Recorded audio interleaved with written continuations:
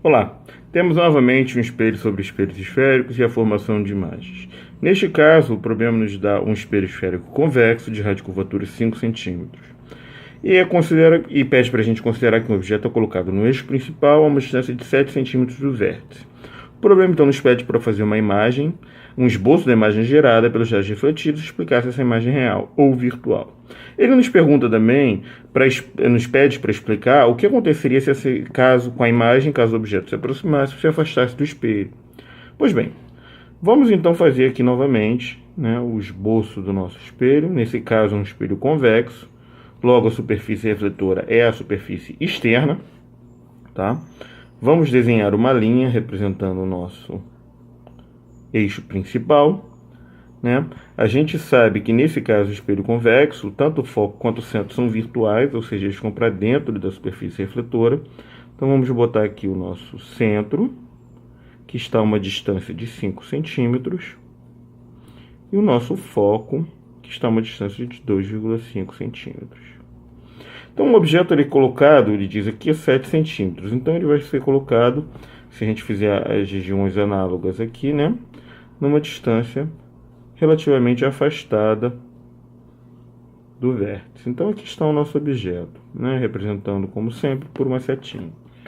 Então, aqui a gente tem que tomar cuidado, porque nesse caso, tanto o foco quanto o centro são virtuais, Entretanto, as regras são as mesmas. Tá? Vamos então usar uns raios particulares, o mais simples, O primeiro raio que a gente normalmente utiliza, que é aquele raio que incide no espelho paralelamente. Ele incide paralelo ao eixo principal.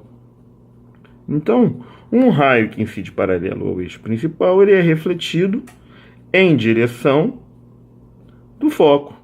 Entretanto, obviamente, ele não tem como passar pelo foco, porque o foco está ali dentro. Tá? Mas a gente sabe que ele vai ser refletido na mesma direção do foco, Com isso, a gente aqui vai ter um raio refletido na direção do foco, Então esse é o primeiro raio. Para o segundo raio, a gente tem uma série de escolhas. A gente pode usar o raio que incide na direção do centro, aqui, ou um raio que incide na direção do foco. Eu acho particularmente mais fácil a gente usar o raio que incide na direção do foco, Então, vamos traçar este raio. Vou botar uma reta, uma linhazinha aqui. Então, o foco está aqui, Então, esse raio vai incidir na direção do foco. A gente pode, para nos auxiliar, traçar um pontilhadozinho aqui só para a gente ver. Então, o raio que incide na direção do foco, ele vai ser refletido como? De maneira paralela. Tá? Então, o raio que incide na direção do foco, ele é refletido paralelamente ao eixo principal. Então, como a gente vê aqui, um raio incidiu aqui, é refletido aqui, esses raios divergem. Tá? Eu vou apagar agora, para nos auxiliar, as linhas que a gente usou apenas como guias para traçar esses raios, tá? Então agora a gente tem que pensar na imagem.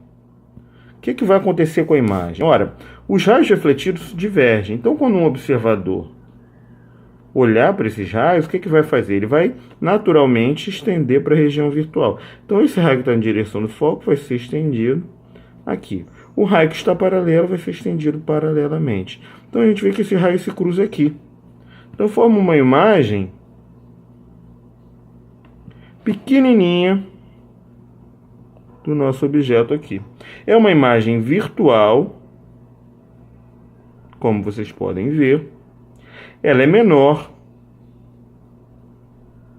e na mesma direção, ou seja, não é invertida, tá? Então, o que a gente vê aqui é que esse espelho convexo vai gerar uma imagem virtual e menor. O problema nos pergunta o que acontece se a imagem se aproximasse do espelho. Ora, se o objeto se aproximasse do espelho. Então, a gente teria exatamente o mesmo comportamento. A gente pode ver que se eu aproximar aqui, não vai mudar. Você ter sempre uma imagem virtual e sempre menor. Ela pode até crescer de tamanho, tá? Ela pode ficar maior do que essa imagem daqui.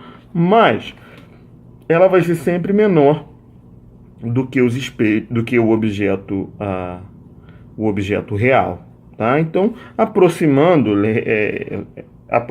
o objeto do espelho, nós vamos continuar tendo uma imagem virtual, uma imagem menor, tá? Que o objeto principal.